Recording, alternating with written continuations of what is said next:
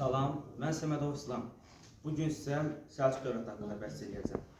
Mən bura 228 nömrəli tam orta məktəbdən qoşulub iştirak edirəm. Səlcuqlar Oğuz türklərinin Qınıq boyuna aiddirlər. Onların atası Səlcuq xan hesab olunur və 10-cu əsrin sonlarında Mərkəzi Asiyada, daha dəqiqcə Xorasanda yaşamışdır. O Qəznəlilərlə uzun müddət müharibə aparmışdır, lakin müharibələrə görə qərbə doğru köçməyə məcburiyyətdə qalmışdır. Lakin onun nəvələri Səlcuq bəy və Çağrı bəy 1040-cı ildə Dəndəkan döyüşdə qalib gəldi və siyasi arenada öz güclərini göstərdilər. Bu Səlcuq imperiyasının əsasının qoyulması kimi tarixə keçdi.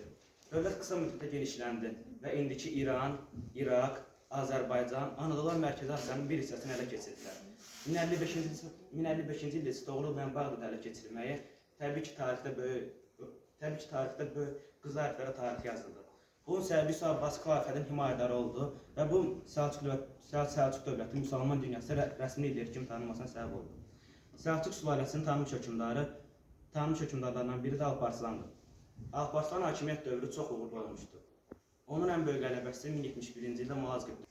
O burada Bizans hökmdarı 4-cü Roman Diogenes Anadolunu qapmışdı. Bu isə sadəcə bir, həm də Anadolunun türkləşməsinə gətirib çıxarmışdı. Alparslanın oğlu Sultan Məlikşah dövrü Səlcuq dövlətinin ən parlaq illəri hesab olunur. Məlikşah dövlətin ərazisini ən geniş həddə gətirib çıxardı. Həm ona, həm də Alparslana vəzir etmiş Nizami Mülk isə çoxlu mədrəsələr tikdirib və ölkənin digər ölkələr arasında təhsil baxımından ən yüksək səviyyəyə gətirib çatdırmışdır.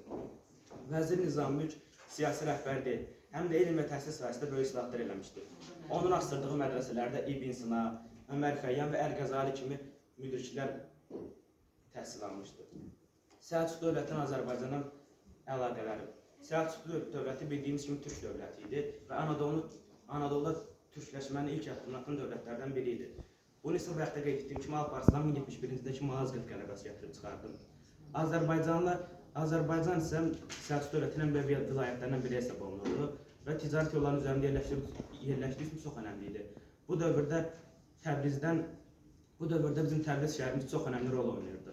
Çünki Təbrizdə xalçaçılıq,